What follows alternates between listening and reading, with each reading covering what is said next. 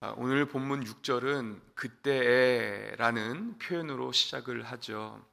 그때가 언제입니까?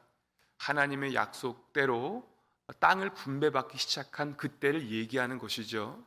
요단 동편에는 르우벤 지파, 갓 지파, 므낫세 반 지파가 땅을 분배받고 나서 요단 서편으로 이제 땅을 나머지 지파가 분배받으러 이제 넘어가야 되는 것입니다. 그때 이제 이 갈렙이 땅을 요구하는 장면을 그리고 있습니다. 땅을 내게 달라는 거죠. 하나님이 약속하신 땅을 내게 주십시오 말씀하는 것입니다. 그런데 이 땅을 분배받기까지는 참 많은 우여곡절이 있었습니다. 그들이 45년 전에 가나안 땅을 정탐했을 때예요. 만일 그 12명 중에 나머지 10명도 그냥 믿음으로 하나님 우리에게 주셨습니다 라고 했으면 금방 그 땅을 좀 들어갔을 텐데 어떻게 했습니까? 하나님이 주신 그 땅을 악평했다 그랬습니다. 눈에는 참 좋은 땅이지만 악평해서 결코 우리가 그 땅으로 들어가지 못할 것입니다. 그래서 하나님께서 어떠한 조치를 내리셨어요? 그들의 시체가 광야에서 소멸되기까지 40년 동안 광야에서 그들을 방황하게 하셨는데 그 40년의 기간을 그들이 자신들의 죄악을 담당하는 날이다 라고 민수기에는 기록을 하고 있는 것입니다.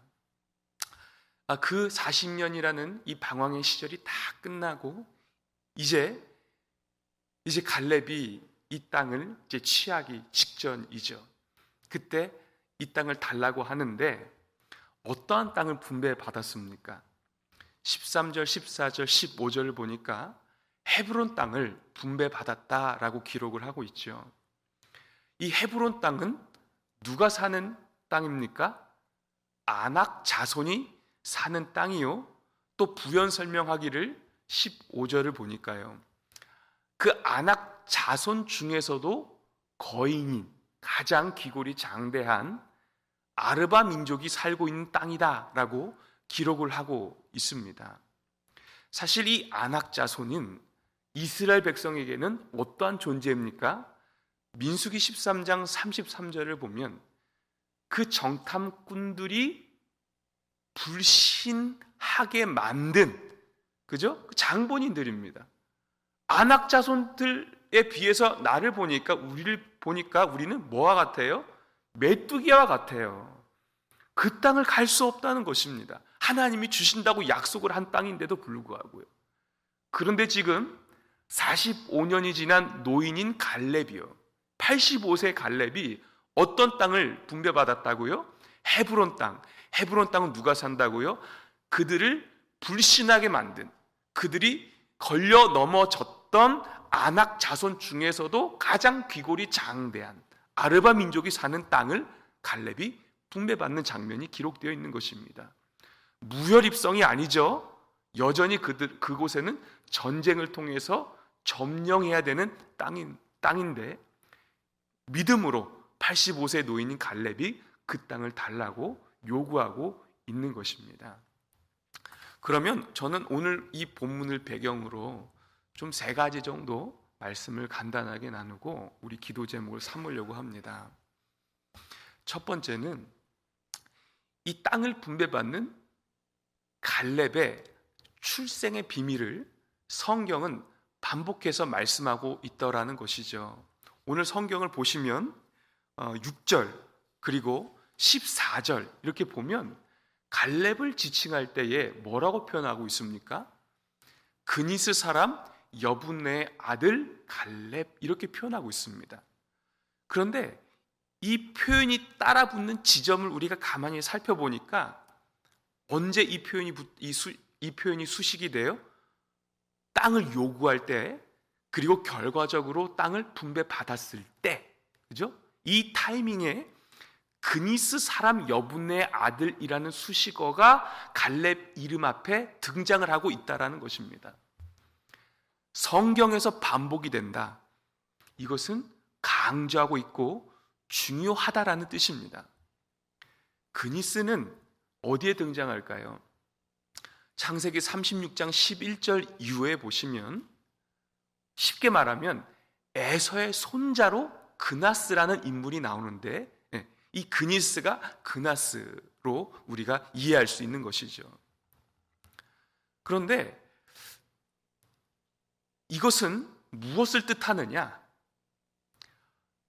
에서의 자손이라는 것은 언약의 계보에서 제외된 민족이라는 뜻을 의미하고 있죠. 하나님이 아브라함을 부르시고 그 혈통적인 계보를 이어가실 때에 하나님은 다수를 택하지 않으셨습니다. 아브라함의 아들 이삭과 이스마엘 중에 누구를 택하셨습니까? 이삭을 택하셨고, 또 이삭의 아들 야곱과 에서 중에 누구를 택하셨습니까? 야곱을 택하셨습니다. 그리고 야곱의 그 12아들들 중에 유다를 통하여서 하나님은 예수 그리스도의 계보를 이어가셨죠. 에서의 자손이다라는 것은 그 언약의 계보에서 제외된, 그죠? 그것을 의미하고 있고, 그 자손으로 갈렙이 등장하고 있다라는 것을 의미하고 있는 것이죠. 이 그니스라는 의미가 뜻이 그렇습니다. 그러면 한번 가만히 생각을 해보세요. 이 여호수아 14장이 지금 갈렙에게는 어떠한 장면입니까? 인생에서 절정을 맞이하고 있는 그 지점이라는 것이죠. 얼마나 영광스러운, 그죠? 이때입니까? 인생에서요. 하나님이 약속하신 그 땅을 드디어 분배받는 그 때가 온 거예요. 그런데 성경은 어쩌면 불명예스럽게도 그 이름 앞에 그 출신의 비밀을 계속해서 붙이는 것입니다. 땅을 요구할 때, 땅을 분배받을 때 그니스라는 이름을 붙이고 있어요. 그니스 사람 여분네 아들 갈렙. 이 갈렙은 언약의 계보에서 제외된 자손의 후손인데 계속해서 그것을 들춰내고 있는 것입니다. 제가 말씀드렸죠. 반복은 강조점이 있다는 것이죠. 그러면 이것은 무엇을 의미할까요? 성경이 무엇을 얘기할까요? 사랑하는 성도 여러분, 가나안에 들어간다라는 것은 무엇을 의미합니까? 하나님의 약속의 성취를 의미하는 것이죠. 안식을 의미하는 것이죠. 오늘날 우리에게는 구원을 말하는 겁니다. 그런 의미에서 바라볼 때에 구원은, 안식은, 하나님의 약속의 성취는 혈통에 있지 않다라는 것을 분명히 말씀하고 있는 것입니다. 이게 성경 전체에 흐르는 이야기예요. 보세요. 그와 함께 45년 동안 광야에서 동고동락한 지인들, 형제들 어떻게 됐습니까? 지위 고하를 막론하고 아무리 제사장이라 할지라도 하나님을 향한 그 불신 때문에 하나님이 그들의 죄악을 광야에서 담당하게 하심으로 그들의 시체가 광야에서 다 소멸되었습니다. 심판을 받은 것이죠. 그러나 갈렙은 어떻게 됐다고요? 하나님의 약속대로 그가 가나안 땅을 취하는 것을 발견하게 되는 것입니다. 로마서 2장을 보셔도 우리가 다 알 수 있어요. 유대인들이 하나님의 심판을 당한대요. 그들은 아브라함의 자손이라는 혈통적인 자부심이 있었습니다. 율법도 가지고 있었습니다. 몸에 하나님의 백성이라는 표식인 할례도 행했습니다. 그러나 분명히 말하는 것은 표면적인 유대인이 참 유대인이 아니라고 로마서 2장에서 분명히 이야기하고 있죠. 외적인 것으로 구원 얻을 수 없다. 외적인 어떠한 조건을 가지고 하나님 백성이 될 수 없다. 이것을 강조하고 있는 것입니다. 이것이 갈렙의 출신의 비밀이요, 이것을 통해서 우리에게 주시고자 하는 메시지죠. 그러면 두 번째, 무엇이 갈렙이 갈렙되게 만들었느냐 이것입니다. 우리 말씀 한번 보겠습니다. 14절 말씀 함께 읽겠습니다. 헤브론이 그니스 사람 여분네의 아들 갈렙의 기업이 되어 오늘까지 이르렀으니 이는 그가 이스라엘의 하나님 여호와를 온전히 쫓았습니다. 아멘. 그니스 사람 여분네 아들 갈렙의 땅이 계속해서 유지가 된 이유, 그죠? 그것은 그가 여호와를 어떻게 따랐어요? 온전히 따랐다. 온전히. 히브리어로 이것은 말레라는 표현인데, 이것은 가득 채우다라는 의미가 있습니다. 이것은 하나님의 일을 완성할 때 혹은 약속을 성취할 때에 종종 나타나는 표현인데요, 이것이 오늘 성경에 한번 보세요. 8절과 9절을 보시면 동일한 표현이 있습니다. 8절 중반에 제가 읽겠습니다. 내 하나님 여호와께 충성하였으므로. 언제요? 나와 함께 올라간 형제들은 악평을 하는 거예요. 백성의 마음을, 간담을 서늘하게 했다 그러지 않습니까? 그런데 나는 여호와 하나님께 충성하였으므로. 충성했다라는 것이 이 온전히 쫓았다라는 표현, 똑같은 표현이에요. 히브리어로요. 9절에요. 그날에 모세가 맹세하여 이르되 내가 내 하나님 여호와께 충성하였은즉. 갈렙이 어떻게 했다고요? 그 45년 전에 가나안 정탐을 한 후에 많은 다수가 악평을 하는 그때, 그죠? 다수가 진리라고 하면 진리라고 여겨지지 않겠습니까? 그때에 그 마음은 어땠다고요? 하나님의 약속이 그 마음에 충만했다라는 것입니다. 누가 뭐라 그래도, 아무리 세상이 자신을 흔들어도 하나님의 약속에서 자기를 끊을 것은 없었다라는 것을 분명히 말씀하고 있습니다. 그러면 그 당시에 이 갈렙의 마음을 대변해주는 표현이 또 있습니다. 민수기 14장 24절 말씀 한번 읽겠습니다. 그러나 내 종 갈렙은 그 마음이 그들과 달라서 나를 온전히 따랐은즉 그가 갔던 땅으로 내가 그를 인도하여 드리리니 그의 자손이 그 땅을 차지하리라. 아멘. 온전히 똑같은 표현입니다. 오늘 여호수아 14장 14절과 똑같은 표현. 다시 말하면 45년 전에 40대의 갈렙의 마음과 45년이 지나 85세의 갈렙의 마음이 하나님 앞에서 여일했다라는 거예요. 무엇으로? 약속에 대한 믿음으로 충만했다는 거예요. 그때 뭐라고요? 내가 그를 인도하여 드리리니. 지금 내 육신의 혈통을 믿고 들어갈 수 있는 곳이 아니라는 것을 말씀하고 있죠. 그죠? 율법을 가진 제사장이라 할지라도 육신의 할례를 했다고 해서 그 가나안 땅에 들어가서 안식할 수 있지 않다고 얘기하는 것입니다. 뭐가요? 하나님을 향한 완전한 믿음만이 가나안 땅으로, 그 약속의 땅으로, 그 구원의 문으로 우리를 인도한다라는 것을 하나님이 성경을 통해서 우리에게 분명히 말씀하고 계시는 것입니다. 우리 주님도 어떠한 기적을 행하실 때에 믿음이라는 과정을 다 통과하게 하셨어요. 회당장 야이로의 딸을 살리실 때도, 수로보니게 여인의 귀신 들린 그 딸을 고치실 때도, 나사로를 살리실 때도, 혈루병 걸린 여인을 고치실 때도 다 무엇을 통과하게 하셨습니까? 믿음이라는 것을 통과하게 하셨어요. 대충 믿는 것이 아닙니다. 진짜 예수가 아니면 나는 구원받을 수 없다라는 그 절박함 속에서 하나님은 구원을 베푸시는 것입니다. 우리가 꼭 기억하셔야 될 것은, 믿음은 무엇을 수반할까요? 한번 보세요.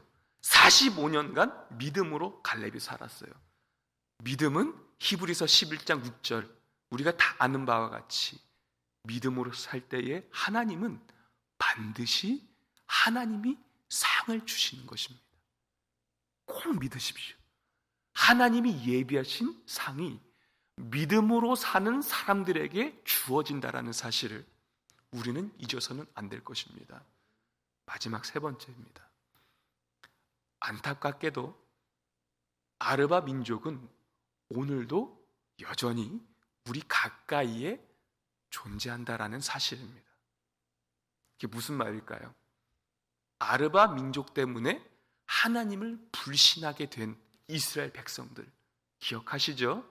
마찬가지로 우리의 믿음을 흔들어대는 그 실체가 여전히 존재하죠.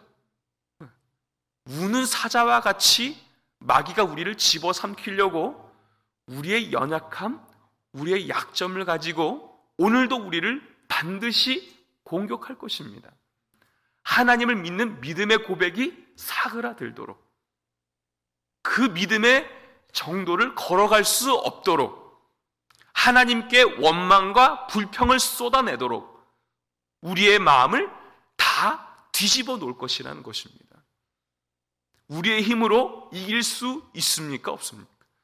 절대 없습니다. 무엇이 그것을 이기게 합니까? 하나님을 믿는 믿음이 이기게 하죠. 그 실체를 아는 것이 중요한데, 우리 민수기 14장 9절 말씀을 함께 보시겠습니다. 시작. 다만 여호와를 거역하지는 말라. 또 그 땅 백성을 두려워하지 말라. 그들은 우리의 먹이라. 그들의 보호자는 그들에게서 떠났고 여호와는 우리와 함께 하시느니라. 그들을 두려워하지 말라 하나. 아멘. 보세요. 아낙 자손에 대해서 갈렙이 여호수아와 함께 옷을 찢고 백성들에게 이야기를 하는 장면입니다. 아낙 자손 때문에 지금 간담이 서늘해서 하나님 앞에 악평하면서 부르짖었습니다. 그때에 보는 관점이 다른 거예요. 그죠? 뭐라고 합니까? 그들의 보호자는 그들에게서 떠났고, 보호자라는 것은 히브리어로 그림자라는 뜻입니다. 그러니까 실체가 아니라는 거죠. 아무런 영향력이 없다라는 것입니다. 하나님 앞에서 볼 때에 그것은 우리에게 장애물이 될 수 없다라는 것입니다. 우리가 믿음으로 살아갈 때 우리를 흔들어 놓고 방해하는 무엇인가를 볼 때에 그 실체가 무엇인지를 인지하는 것이 얼마나 중요한지 모릅니다. 제가 현실을 도피하십시오라고 말씀드리는 게 아닙니다. 눈에 보이는 것을 무시하십시오라고 말씀드리는 게 아닙니다. 우리도 이 땅에 발붙이고 살아가는 인생이죠. 나그네죠. 다 어떻게 무시하고 살 수가 있겠습니까? 그런데 제가 말씀드리는 것은 갈렙이 우리에게 본이 되었듯이 현실을 넘어서 일하시는 하나님을 볼 수 있는 눈이 우리 가운데 필요하다라는 것입니다. 그죠? 우리의 믿음을 흔드는 것이 무엇인가? 그죠? 그것은 그림자에 불과하다. 그림자에. 그게 어떠한 파도로 우리에게 닥쳐온다 할지라도 그것은 그림자에 불과하다라는 그 믿음이 하나님 안에서 각인되고 깊이 뿌리 내리시기를 우리 주님의 이름으로 축원합니다. 말씀을 정리하겠습니다. 갈렙이 땅을 분배받는 이 본문을 통해서 세 가지를 생각해 봤습니다.